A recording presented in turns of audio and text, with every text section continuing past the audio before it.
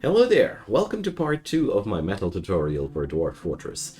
In this one, we're going to talk about alloys. Just like the last time, I'm going to explore all the different alloys that exist in the game, and I'm going to explain how they work, what they're good for, all these good things.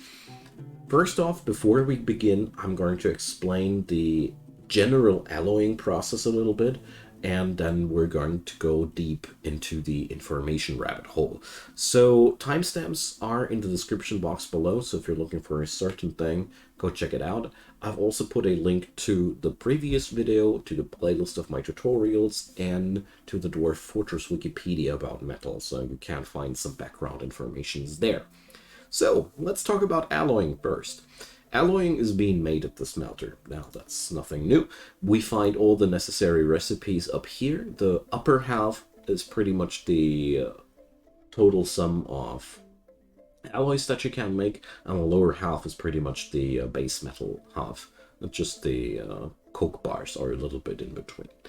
So the base process of alloying is quite simple. You take metal A and metal B and mix them together to get a new metal. Sometimes you also take a third metal into the mix, and every time you create an alloy, you create a new material that has its own distinct qualities. Every alloying process requires one dosage of fuel, nothing new, we already know that, and there's a couple of special recipes in the alloying process where we are allowed to use ore instead of bars. These are a bit special because actually they are very, very desirable recipes, simply because every ore chunk here contains quadruple the amount of metal compared to a bar. So that leads to the point that whenever we make a reaction happen that uses ore, we produce also quadruple the amount of alloy with only 1 unit of fuel. That's very, very efficient. And we can also make a lot of good tricks with that using ore when it comes down to certain alloys, but I'm going to explore that later down the road. So that's pretty much it. We don't need to know that much more about it. I just wanted to cover the base process a little bit. So the specifics about the alloys, they are really, really unique to each one, and therefore there's not much that I can generalize there. All right, let's get started.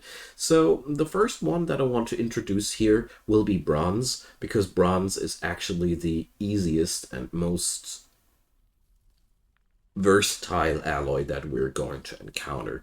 The other ones are a lot more specific, and therefore let's start with bronze. So the real cool part about bronze is its big upgrade. So bronze is made by taking 1 bar or 1 part of tin and 1 part of copper. So 1 copper bar, 1 tin bar, and you create a new metal. The real cool part is if we make that out of bars, you create 2 bronze bars per crafting process. A tin bar is $2 each. A copper bar is $2 each. Every bronze bar is $5 each. So you put $4 in and you get $10 out. That's a big upgrade in terms of value, and bronze has a pretty cool other stat. It's nearly as good as iron when you use it for weapon and armor. So in environments where iron might be a scarcity, bronze might be really your best friend to take that. The interesting part about it is that you can really produce lots of that stuff, and you can also use it for various other jobs there. Just keep in mind, it's not a lightweight metal, so in a nutshell, it's a good weapon material. It's a great upgrade when you have tin and copper lying around, because basically you can sell it off way more valuable if you just make crafts out of it at the end of the day, and you can really use it also for decorational purposes quite well. Just keep in mind, bronze cannot be used for anvils, so that's a big downside of it. If you don't have any iron or only very, very low amounts of iron, save your iron in that case for anvils and make your weaponry out of bronze. So let's get on over to the side alloys of bronze, let's call them like that. So there's a certain other types of bronze in the game. I can't call it differently. So let's talk about Bismuth Bronze first. Bismuth is a recipe where we take 1 tin bar, 2 copper bars, and 1 bismuth bar. As you can see, this is one recipe that cannot be made out of ore as well. And here it's really, really interesting because bismuth bronze is even more valuable than regular bronze.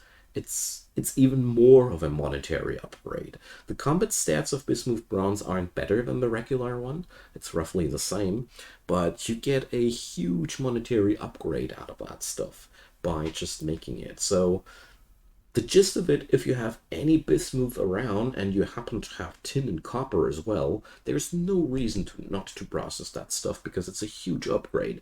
If you have only bismuth and the other components, bismuth is practically quite, I wouldn't call it worthless, but it's one of the least valuable metals in that case. So big upgrade on the Bismuth Bronze. And let's get on over while we're at it to the Black Bronze, because that's the last of the bronze types. And that's being made by melting 2 copper, 1 silver, and 1 gold. And this is one weird metal. It does not upgrade the value of the material, so basically the alloy is exactly as much worth as the metals that you put in, and it's only of mediocre worth. You can use it, or well, it's okay. It's at 11 if I remember correctly, so it has a fair value. But at the end of the day, most of the time you are better off using your silver and your gold for other alloys and using the copper to make bronze, regular bronze, or whatever. I personally haven't really found any good use for black bronze. I felt like it was there for fluff. I don't know, but at the end of the day, use it if you want a variety, a color variety or anything, but I haven't found any good reason that spoke for the usage of black bronze versus regular and bismuth bronze. Let me know if you know more than me. So, the next one that I want to talk about is brass. So, brass is a really nifty one. We make it out of zinc and copper, and it can be also made out of ore. So, brass has a decent monetary upgrade. You put in $4 worth of ore, and you get $7 out of $7 of metal out of it, times 2. So, there's a really, really big upgrade there. And that's where I personally see brass mostly at. It's not a good weapon material. It is really great at decorating your stuff. You can make great items out of that. And basically, I personally see brass as a really good usage if you have any zinc lying around and you don't really know what to make with your copper because you don't need bronze. So brass is a really good alternative if you don't need bronze because you have lots of iron, for example, but you still want to make something out of your copper, because copper in its raw form isn't as valuable, and this is a great way of upgrading it. So, next one on the list will be a bit of another odd one, and that's Billon. So, I personally think that Billon will be more important in future versions, because traditionally it's a metal that's meant for currency. Right now, currency and economy isn't really enabled in the game. You can make coins, but they are only useful as a trade good, if I remember correctly. Anyways, Billon, made out of silver and copper. You get a very mediocre metal. You do not gain any big upgrades as far as I know, material wise. It evens out at the value of the items. Using ore for that is again quite useful because this way you can actually, well, that's a point that I need to show you. So silver, every alloy that's made out of silver has the same effect. So if we use ore for silver alloys, we can use tetrahedrite, but tetrahedrite is only a very, very low amount of silver. But if we use it in an ore recipe, the game thinks the entire chunk is made out of silver.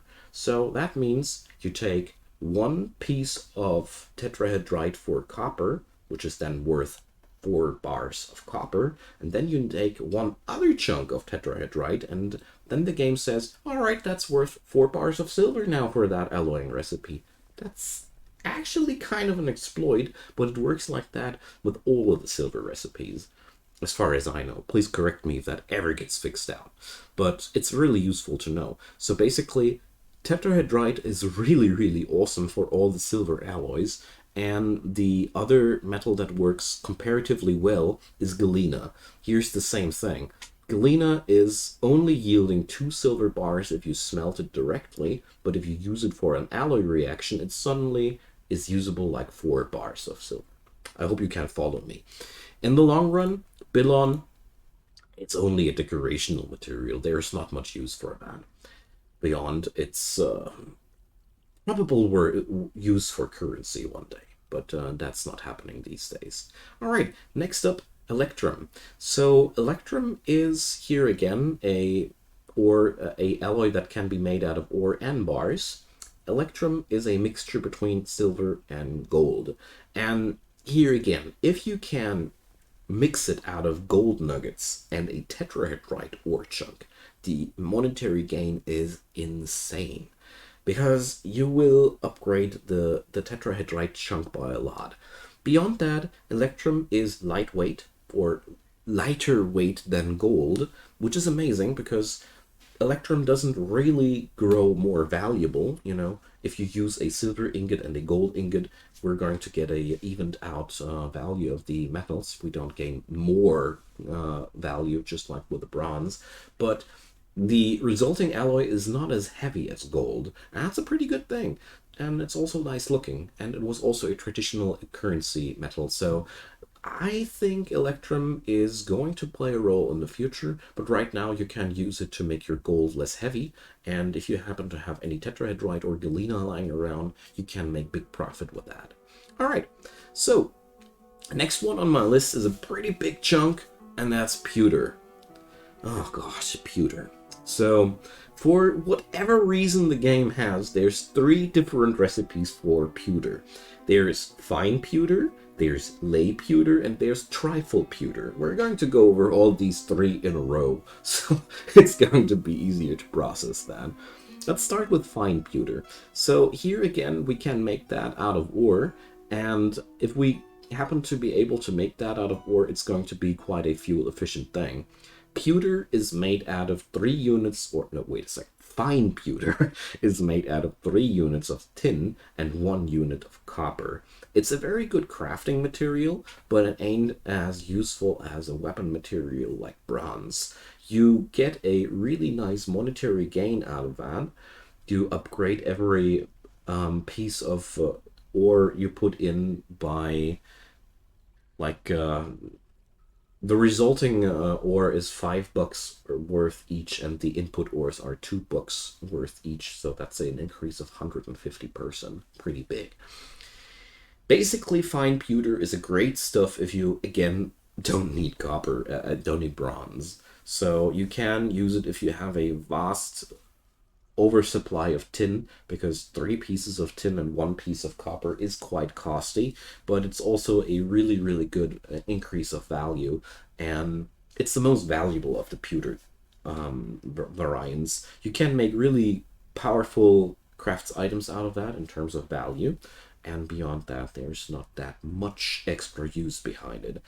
Then comes the trifle pewter, which is basically, well, the same, just with less tin. So with trifle pewter, you put 2 pieces of tin to 1 piece of copper, and you also get less worth out of it. So actually, I did what I could, and my verdict was, if you ever think about making trifle pewter, you are better off making either bronze out of the same materials, because you take only 1 piece of tin and 1 piece of copper, and you get even more value out of it. Trifle pewter is worth less than bronze. Or you go on over there and make fine pewter out of it right away. Right now, I think trifle pewter is a recipe. I really don't know what it exists for. It's the first one that I encountered where I was like, nope, either do bronze or do fine pewter. It just doesn't make any sense in between. So if you know anything that I don't know, please let me know. Next thing on the list, lay pewter. Well, that's the last of them, and then we're done with the pewters. So lay pewter is 2 tin, 1 lead, and 1 copper. and it's the least valuable of all the pewters. So it's kind of a weird one. It has at least one really distinct value, and it has a unique color. But beyond that, it upgrades the materials in the least possible way. It it's just a worse variant of pewter, but sadly enough, it's also the only alloy that I know of that you can make out of lead. So, yeah, well, I personally would say if you want to process your lead into something less heavy, lay pewter is a pretty nice variant, but beyond that, you will be again better off using your tin and your copper for either bronze or fine pewter. But like I said, lay pewter is a nice thing to use if you want to get rid of your lead in a different way. All right, so next step on the list will be the nickel silver. Nickel silver is made out of 2 pieces of nickel, 1 piece of copper, and 1 piece of zinc. So it has a pretty costly list of ingredients, but tragically enough, it just offers a very mediocre increase of value. So you only get $1 more out of each ore if you process it. So that's only 50% increase. Most alloys have a way higher ratio. And well, brass is just a better metal.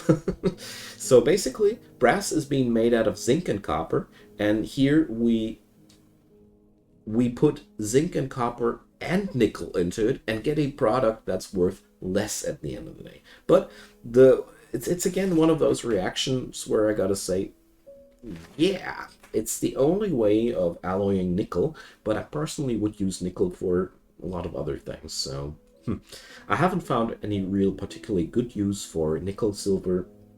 So use it if you want to have something special, or well, if anything fails, you can always satisfy the very special desires of dwarves. Sometimes they like that stuff. But beyond that, I haven't really found any good uses for stuff like nickel silver.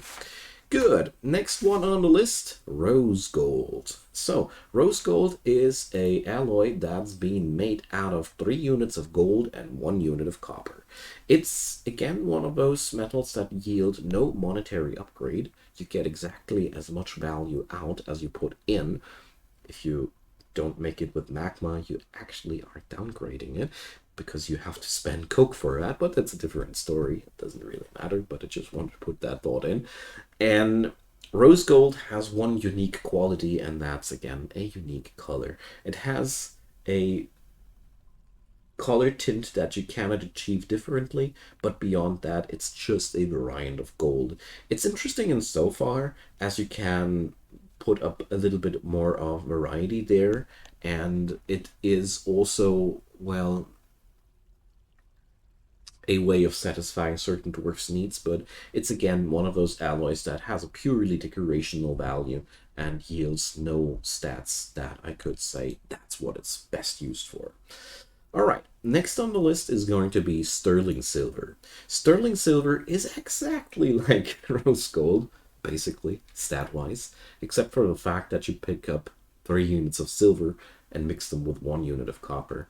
The result you get out of is, again, no monetary upgrade, but even worse than that, it doesn't even have a nice special color to it as far as I know. So sterling silver is here, again, a thing. Use it if your dwarfs really want it. I haven't found any source telling me what this alloy would be good for besides that.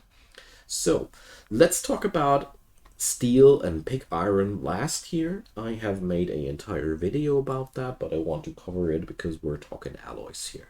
So pig iron is a alloy that's made out of 1 unit of iron, 1 unit of carbon source, that's coke bars, and 1 unit of flux stone. So you might ask yourself, what the hell is a flux stone? So flux stones are calcite, chalk, dolomite, limestone, and marble. One of these 5 you require for making pig iron, I'm sorry. And it has to be a boulder, it's important, boulder, not bar, and then you receive pig iron. That pig iron you again pick up and put it into the reaction for steel. Steel is being made out of 1 unit of iron, 1 unit of carbon source, that's coke, 1 unit of pig iron, and 1 unit of flux-stone again.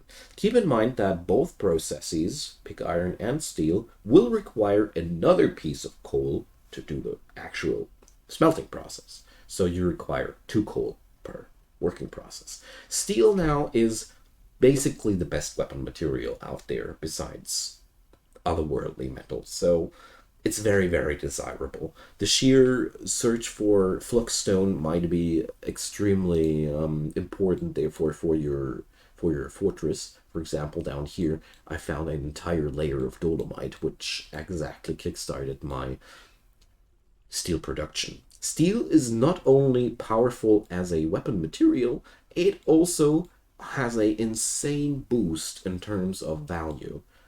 You really upgrade those materials by a big amount when you're processing steel. So all in all, steel is totally worth it, but there's also more work involved than with any other alloy, because you have to take the step over to pig iron, which is, by the way, a horrible material by its own. I forgot to mention that, but don't use pig iron for anything. It's just a worse iron, and you have to take that step in between to make steel, therefore more work. Okay, but that's been all of the alloys. I was a little bit shocked when I did my research here that certain alloys didn't have any bigger use. I think we'll see stuff happening here in the future versions of Dwarf Fortress still. If I have missed out on something, or if you know something about nickel, silver, and sterling silver and rose gold that I don't know about, please let me know in the comment section, because I'd be really, really eager to know, and so does everybody else watching this video, I bet. Feel free to leave a thumbs up on that video if you enjoyed, and also consider subscribing. There's daily content coming up from my side, and if you like that one, chances are you like the rest as well. Also, down there in the description box are not only those useful and meaningful links, there's also a couple of links to support this channel, and I'd be really, really delighted if you'd give them a look. Thanks for watching this video to this point. A big, big thanks to all the supporters out there for this channel. You are truly amazing, and catch you guys next time. Goodbye.